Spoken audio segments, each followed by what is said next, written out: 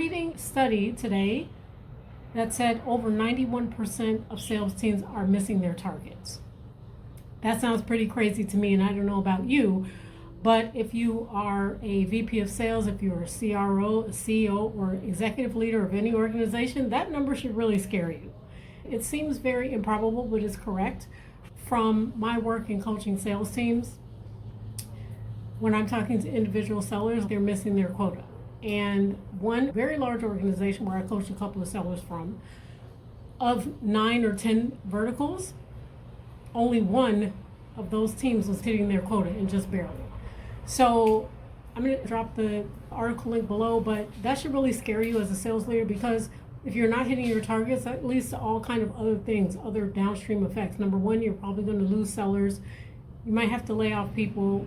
The company is losing lots of money. Missing quota results in a couple of different things, and it stems from a couple of different things. Number one, the hiring process, which has not changed for many years. The hiring process is still the same, and let's just stay on the sales hiring process. When I'm looking online, looking on LinkedIn, I'll see posts by sales leaders or organization leaders. I'm looking for AE role, BDR role, I'm looking for somebody. Hit me up in my DMs. That is not a highly scientific process, and if you get it wrong, it's going to cost you many thousands of dollars in time. Harvard Business Review states that a bad sales hire can cost you up to $240,000 plus, depending on the salary, and we often don't find out for 6 to 8 months down the line.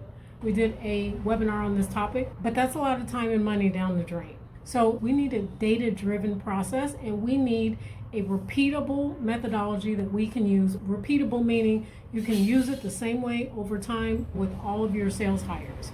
And that way you have a better chance of hiring somebody, A, that's a top performer, and B, where it's going to work out for your organization, and your organization has the right person in the right role at the right time.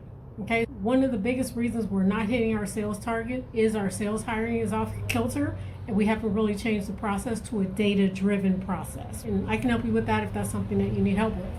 The other part is that a lot of frontline sales leaders are in a player, which inherently is a conflict of interest. It's just a bad idea all the way around.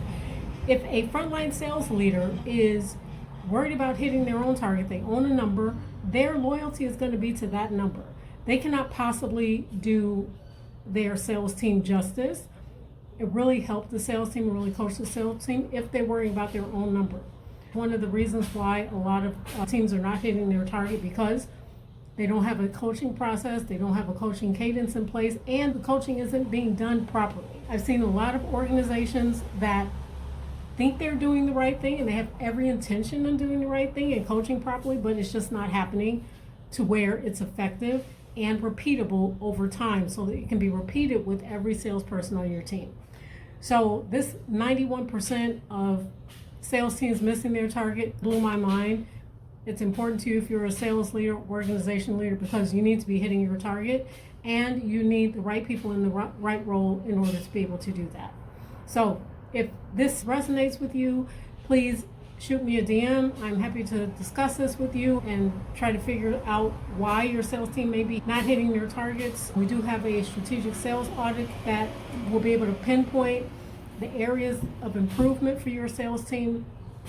And I'm really passionate about this topic. I will drop the link to the study below in the comments, and I'm just curious, have you heard this statistic about 91% missing targets, and do you have a hiring process that you can repeat over time and that's data backed and data driven?